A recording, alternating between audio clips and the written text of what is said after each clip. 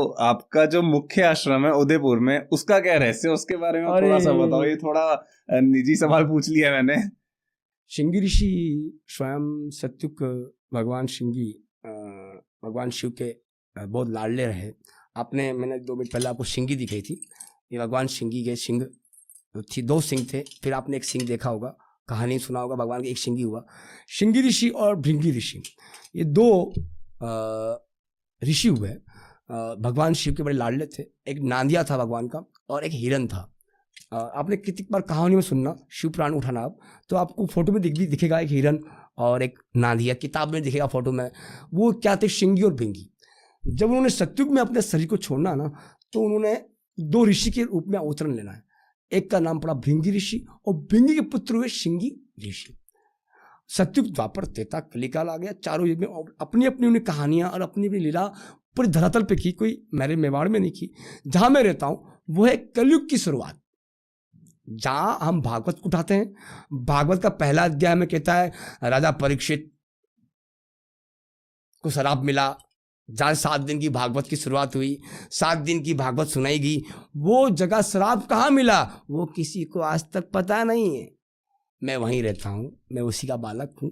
मेरे महाराज जी मोहन भारती जी, हमारे दादा गुरु, 112 साल की अवस्था है।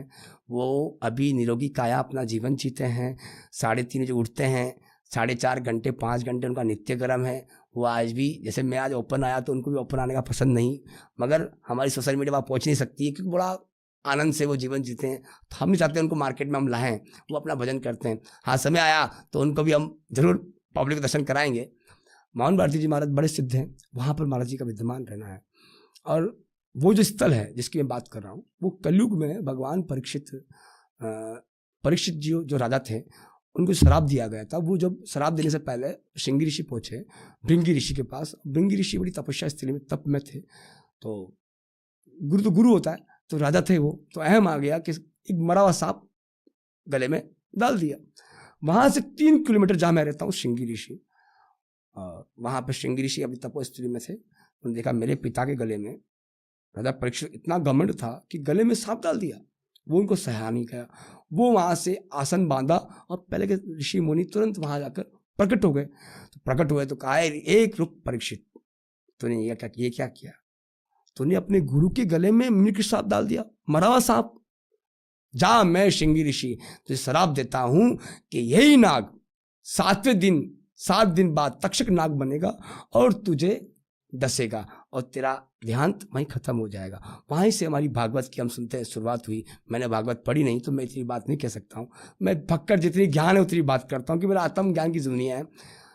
और भागवत मेरी सबसे स्वयं भगवती की, हमने जब इसको पढ़ा था उसके आगे लिखा था ओम तत्सत और लास्ट में लिखा ओम तत्सत।